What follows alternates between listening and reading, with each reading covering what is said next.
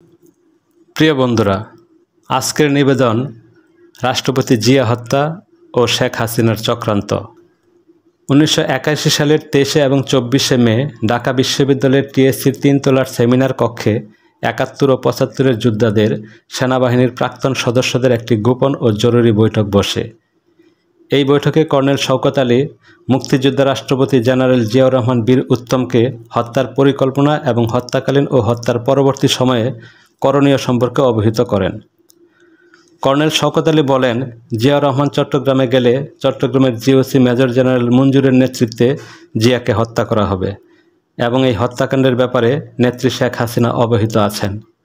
সভানেত্রী আমাদেরকে এই হত্যাকাণ্ডের সহায়তা এবং ভূমিকা রাখার নির্দেশ দিয়েছেন। আওয়ামী লীগের সভানেত্রী মাত্র কয়েকদিন হলো দেশে এসেছেন। এর মধ্যে তিনি এমন একটি নির্দেশ কী করে দিতে পারলেন? এই প্রশ্ন করা হলে কর্নেল শওকত আলী বলেন, শেখ হাসিনা দেশের বাইরে অর্থাৎ ভারতে থাকতেই এই বিষয়ে অবহিত আছেন। কর্নেল শওকত আলী জিয়া হত্যাকাণ্ডে এবং হত্যা পরবর্তী সময়ে আমাদের করণীয় সম্পর্কে বলেন, হত্যাকাণ্ডের সময় আমাদের চট্টগ্রাম এবং ঢাকায় থাকতে হবে। যারা চট্টগ্রামে থাকবে তাদের দায়িত্ব হবে মঞ্জুরের কাছ থেকে অস্ত্র নিয়ে ঢাকায় চলে আসা এবং ঢাকায় যারা থাকবে তাদের দায়িত্ব হবে চট্টগ্রাম থেকে আসা অস্ত্র নিয়ে ঢাকায় রেডিও টেলিভিশন সহ অন্যান্য গুরুত্বপূর্ণ স্থানের নিয়ন্ত্রণ প্রতিষ্ঠা করা। আমাদের মধ্যে একজন প্রশ্ন করেন, কবে নাগাদ এই হত্যাকাণ্ড হতে পারে? জবাবে কর্নেল শওকত বলেন, এখন থেকে যে কোনো সময় হতে পারে। যখনই জিয়াউর রহমান চট্টগ্রামে যাবেন তখনই তাকে হত্যা করা হবে। কর্নেল শওকত আরও বলেন, জিয়া হত্যা সংগঠন পর্যন্ত সেনাবাহিনী প্রধান জেনারেল এইচ.এম. এরশাদ সহ অন্যান্য জেনারেলগণ এবং রাষ্ট্রপতি জিয়াউর রহমানের গার্ড অফ রেজিমেন্টের কর্নেল মাহফুজুর রহমান অভ্যুত্থানের নেতা জেনারেল মঞ্জুরের সাথে থাকবেন। কিন্তু যেই মুহূর্তে জিয়া হত্যা সংগঠিত হয়ে যাবে সেই মুহূর্ত থেকে এরা বিভক্ত হয়ে পড়বে এবং দ্বন্দ্ব শুরু করবে। সেনাবাহিনী প্রধান জেনারেল এইচ.এম. এরশাদের নেতৃত্বে থাকবে পাকিস্তান প্রত্যাগত অফিসার এবং জওয়ান সহ ঢাকার জেনারেলগণ। অন্যদিকে জেনারেল মঞ্জুরের নেতৃত্ব থাকবে চট্টগ্রামের মুক্তিযোদ্ধা সামরিক অফিসার এবং জওয়ানরা। জিয়া হত্যার পর জেনারেল এরশাদের আনুগত্যশীল সেনাবাহিনী এবং জেনারেল মঞ্জুরের আনুগত্যশীল সেনাবাহিনীর লড়াই হবে, যুদ্ধ হবে। এই যুদ্ধে উভয় পক্ষেরই ক্ষতি হবে এবং একটি গ্রুপকে পরাজিত ও ধ্বংস করে অপর গ্রুপটি বিজয়ী হলেও খুবই দুর্বল থাকবে। ঠিক সেই মুহূর্তে আমরা বিজয়ী ও দুর্বল গ্রুপকে আক্রমণ করে পরাজিত করব। এই হচ্ছে আমাদের হত্যা এবং হত্যা পরবর্তী করণীয়। এই জরুরি গোপন বৈঠকে 3রা নভেম্বর 1975-এর সামরিক অভ্যুত্থানকারী colonel Gaffar, major Nasim, captain Hafiz এবং আরও কয়েকজন সদস্যসহ প্রায় 70-75 জন যোদ্ধা উপস্থিত ছিল। একটি গ্রুপকে চট্টগ্রাম গিয়ে জেনারেল মঞ্জুরের কাছ থেকে অস্ত্র নিয়ে আসার দায়িত্ব দেওয়া হয়। 30-35 সদস্যের দ্বিতীয় গ্রুপকে সারা দেশ সফর করে জিয়া বিরোধী মুক্তিযোদ্ধাদের কাছে এই সংবাদ পৌঁছানো এবং যে কোনো মুহূর্তে যে কোনো অ্যাকশনে যাওয়ার জন্য প্রস্তুত করতে দায়িত্ব দেওয়া হয়। বাকি সবাইকে তৃতীয় গ্রুপ হিসাবে 24 ঘন্টার জন্য প্রস্তুত করে ঢাকায় রাখা হয়। মুক্তিযোদ্ধা রাষ্ট্রপতি জিয়াউর রহমান চট্টগ্রামে পৌঁছালে জেনারেল মঞ্জুরের নেতৃত্বে চট্টগ্রাম ক্যান্টনমেন্টের কিছু সংখ্যক সেনা অফিসার অভ্যুত্থান করে। চট্টগ্রাম সার্কিট হাউসে অতি সহজে বলা যায় যে বিনা বাধায় মুক্তিযোদ্ধা জিয়াউর রহমানকে হত্যা করতে পারলেও সেনাবাহিনীর সাধারণ জওয়ান এবং জনগণ এই হত্যাকাণ্ড প্রত্যাখ্যান করেন। জেনারেল মঞ্জুর আনুগত্যশীল অফিসারগণ চট্টগ্রাম বেতার এবং টেলিভিশন দখল ও নিয়ন্ত্রণে রাখে। এদিকে ঢাকায় সেনাবাহিনী প্রধান জেনারেল এইচ.এম. এরশাদ, জেনারেল মীর শওকত, জেনারেল রহমান সহ সকল অফিসার এবং জওয়ানরা জেনারেল মঞ্জুরের বিরুদ্ধে অবস্থান নেয়। জেনারেল মঞ্জুরকে মোকাবেলা করার জন্য কুমিল্লার ময়নামতি ক্যান্টনমেন্টের জিওসি ব্রিগেডিয়ার মাহমুদুল হাসানকে 1 ব্রিগেড সৈন্যসহ চট্টগ্রামের দিকে পাঠানো হয়।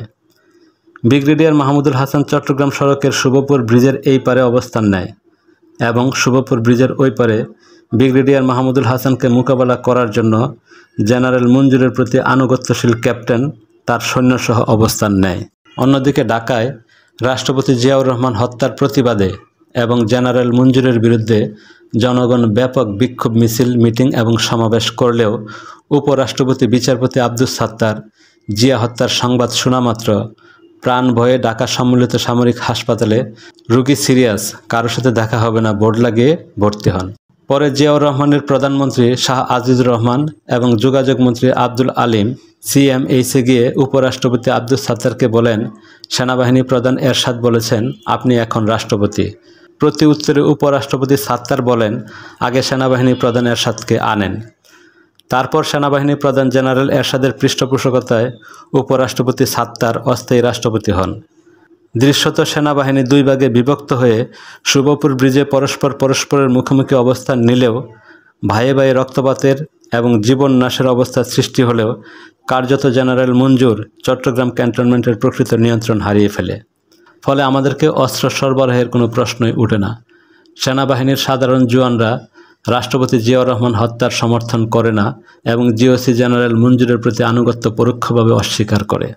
জেনারেল মঞ্জুরের পক্ষে শুভপুর ব্রিজে আসা ক্যাপ্টেন রুস্তম এবং এর সৈন্যরা ব্রিজের অপর পারে ব্রিগেডিয়ার ক্যাপ্টেন মাহমুদুল হাসানের সৈন্যদের বিরুদ্ধে যুদ্ধ করতে অস্বীকার করে। নন কমিশন অফিসার এবং সিপাহীরা ক্যাপ্টেন রুস্তম মোহাম্মদকে সরাসরি পরিষ্কার বলে দেয়, জেনারেল মঞ্জুর প্রেসিডেন্ট জিয়াকে হত্যা করেছে।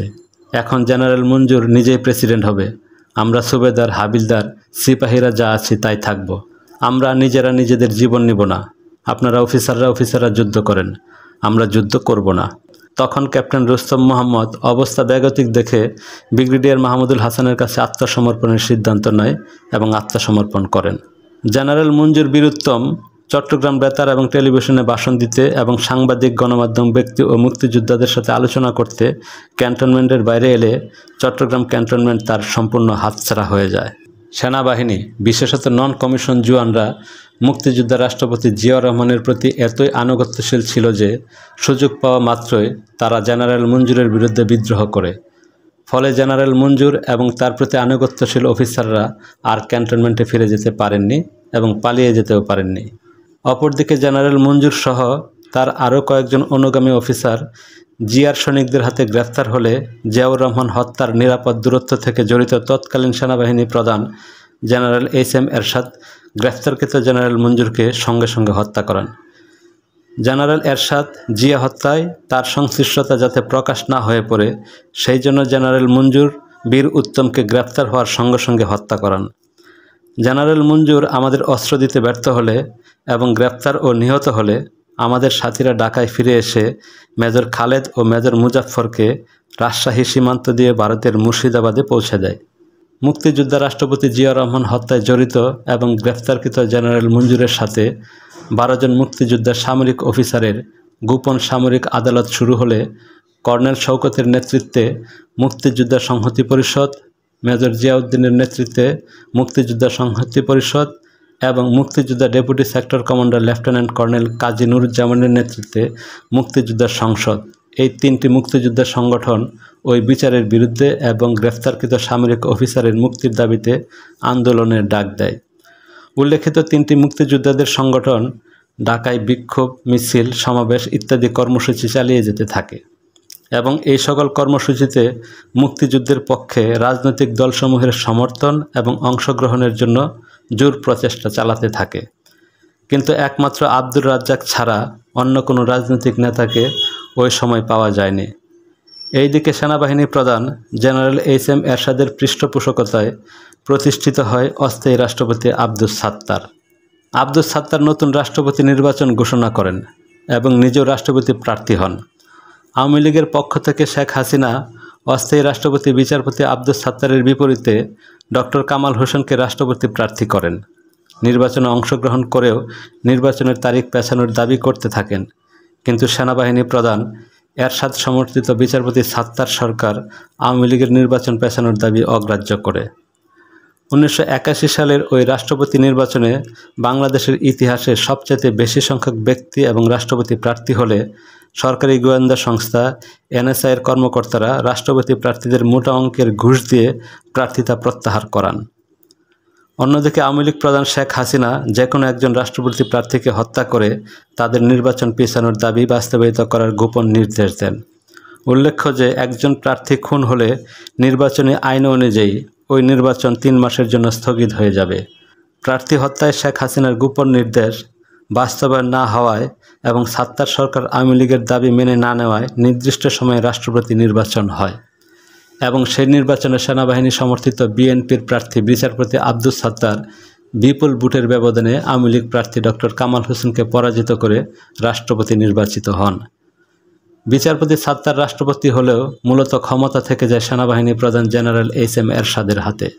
জেনারেল এরশাদ তখন যেইভাবে খুশি সেইভাবে রাষ্ট্রপতি সাত্তারকে পরিচালনা করতে থাকেন। প্রকৃত অর্থে জনগণের ভোটে নির্বাচিত রাষ্ট্রপতি বিচারপতি আব্দুস সাত্তার হয়ে যান সেনাবাহিনী প্রধান জেনারেল এরশাদের নাচের পুতুল। 1975 সালের 15ই আগস্ট বঙ্গবন্ধু শেখ মুজিবকে হত্যার পর যারা কাদের সিদ্দিকীর সঙ্গে মিলে ওই হত্যাকাণ্ডের প্রতিবাদী যুদ্ধ করেছিল, তাদের কয়েকজন 1982 সালের জানুয়ারি মাসের প্রথম সপ্তাহে ধানমন্ডির 32 নম্বরে বঙ্গবন্ধু কন্যা শেখ হাসিনার সঙ্গে সাক্ষাৎ করে ঢাকায় ক্যান্টনমেন্ট দখল করার একটি প্রস্তাব এবং পরিকল্পনা জানালে শেখ হাসিনা উক্ত প্রস্তাব এবং পরিকল্পনা সানন্দে গ্রহণ করেন। পরিকল্পনা থাকে এই রকম যে রাজনৈতিক শিক্ষা এবং প্রশিক্ষণপ্রাপ্ত ও কমিটেড 25-30 হাজার যুবককে সামরিক প্রশিক্ষণ দিয়ে মৃত্যুর জন্য প্রস্তুত করতে হবে।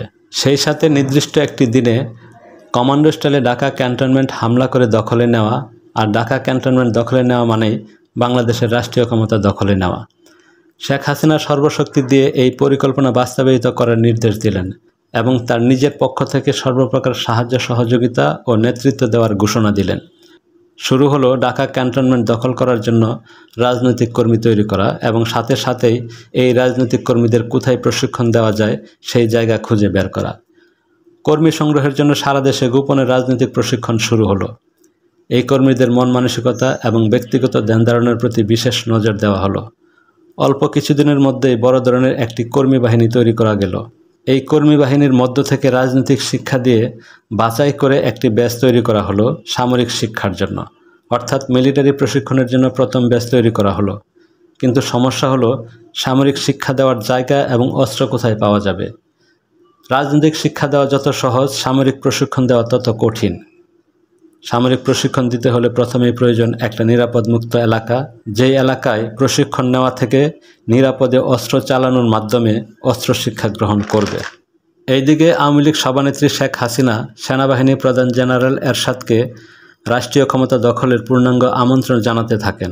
শেখ হাসিনা জনগণের পক্ষ থেকে জেনারেল এরশাদকে ক্ষমতা দখলের ব্যাপারে সব রকমের সাহায্য সহযোগিতার আশ্বাস দিতে থাকেন। নির্বাচিত রাষ্ট্রপতি এবং ক্ষমতা উৎখাত করে সামরিক বাহিনী রাষ্ট্রীয় ক্ষমতা দখল করার ব্যাপারে জেনারেল এরশাদ এবং শেখ হাসিনা 4-5 দফা গোপন বৈঠক করেন। অতঃপর জেনারেল এরশাদ সামরিক অভ্যুত্থানের ইতিহাসে নজিরবিহীন দৃষ্টান্ত স্থাপন করে ক্ষমতা দখলের অনেক আগেই ঢাকা সেনানিবাসে সংবাদপত্রের সম্পাদকদের বৈঠক ডেকে সামরিক অভ্যুত্থানের ঘোষণা দেন। 1982 সালের মার্চের 24 তারিখ জেনারেল এরশাদ বিনা বাধায় ও বিনা বাক্যে জনগণ কর্তৃক নির্বাচিত রাষ্ট্রপতি বিচারপতি আব্দুস সাত্তারকে রাষ্ট্রপতি ভবন থেকে গলা ধাক্কা দিয়ে বের করে দেন এবং পরের দিন আবারও কলার ধরে নিয়ে এসে অফিসার হয়েও রেডিও টেলিভিশনে নিজের অযোগ্যতা এবং তার সরকারের দুর্নীতি, স্বজনপ্রীতি ইত্যাদির কারণ দেখিয়ে স্বেচ্ছায় সেনাবাহিনীর প্রধান এরশাদের নিকট ক্ষমতা হস্তান্তর করে তিনি বিদায় নিলেন, এই মর্মে ভাষণ দিতে বাধ্য করালেন। সেনাবাহিনী প্রধান জেনারেল এইচ.এম. এরশাদ দেশে সামরিক আইন জারি করলেন এবং তিনি স্বয়ং হলেন প্রধান আইন সামরিক প্রশাসক এবং বিচারপতি এইচ.এম. হাসানুল্লাহ চৌধুরীকে করলেন ক্ষমতাবিহীন নামমাত্র রাষ্ট্রপতি। শেখ হাসিনার গোপন আমন্ত্রণে এবং সহযোগিতায় জেনারেল এরশাদ সর্বময় ক্ষমতার মালিক হয়ে জনগণের বুকে চেপে বসলেন। বছর না গড়তে সামরিক আইন প্রশাসক জেনারেল এরশাদ এবং শেখ হাসিনার গোপন আঁতাতের মাঝে বিরোধ সৃষ্টি হলো। 1983 সালের জানুয়ারি মাসের শেষ সপ্তাহে শেখ হাসিনা ডক্টর ওয়াজেদ মিয়ার মহাখালীস্থ বাসভবন থেকে বলেন, এরশাদ হাতের মুঠোয় আর থাকতে চাচ্ছে না, আমাদের হাতের মুঠো থেকে খাটাসটা ক্রমেই বের হয়ে যেতে চাচ্ছে, ওকে হাতের মুঠোয় পুক্ত করে আটকে রাখা খুবই দরকার।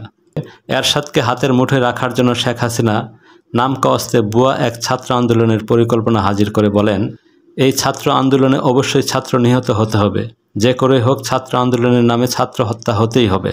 ছাত্র হত্যা হলে ছাত্র আন্দোলন চাঙ্গা হবে, আর ছাত্র আন্দোলন চাঙ্গা থাকলেই এরশাদকে হাতের মুঠোয় শক্তভাবে রাখা যাবে।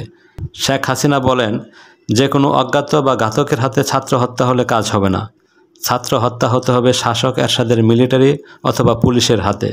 বঙ্গবন্ধু কন্যা শেখ হাসিনা বলেন, টাকা যতই লাগে লাগুক, এটা করতেই হবে। কিভাবে পরিকল্পনা বাস্তবায়ন করা যায়, সবাই এই নিয়ে খুবই ব্যস্ত এবং চিন্তিত। বন্ধুরা, এই ছিল আমাদের আজকের পর্ব। পরবর্তী পর্বগুলো পেতে চাইলে চ্যানেলটিকে সাবস্ক্রাইব করে পাশে থাকুন। ধন্যবাদ।